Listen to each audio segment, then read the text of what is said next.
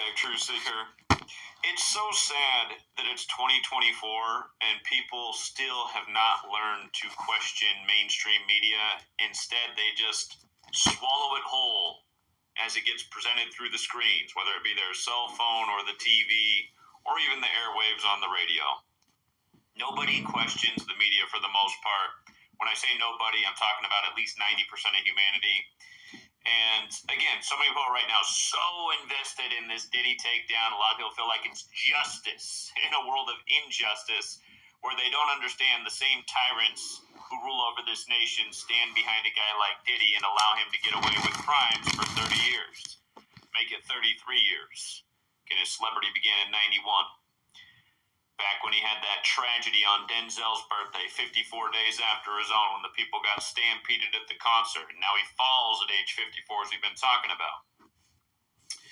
But yeah, the latest in the Diddy psyop. An unauthorized Kim memoir, Kim Porter. Remember when Kim Porter died? They reported that she was 46 and she died on the day, leaving 46 days left in the year. Like Diddy equals 46, like sacrifice equals 46, like Genesis 46 is about sacrifice. And then later in the day, her age of death changed to 47. I remember covering that like it was yesterday, November 15, 2018.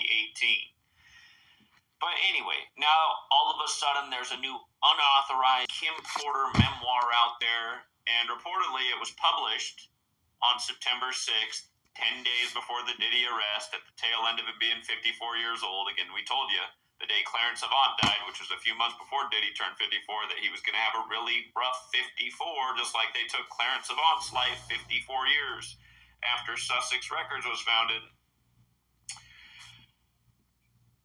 But anyhow, going viral thanks to the Daily Mail. The Daily Mail brought this unauthorized memoir to light, where supposedly some guy had Kim Porter's thoughts saved on a hard drive. I'm sure. A lot of these thoughts are back from the mid-90s when hardly anyone had a computer. Anyway, again, for those guys who weren't alive back then, that is a true statement. Schools and stuff had computers, but most people did not have a computer in their home when Tupac died and Biggie died. Maybe a couple years after that, a lot of people started to get computers, cell phones. Anyhow, the Daily Mail published about this unauthorized memoir on September 20th, 2024, by the numbers. That date had a numerology of 53. And notice how Kim Porter equates to 53, just like the title of the book, Kim's Lost Words, 53. Just like Chris Todd, 53. And you know what 53 I left out that should be up there? Sean Combs. Sean Combs is another 53. Just like how the beating video of Cassie's from the 5th day of the 3rd month, the 5th of March.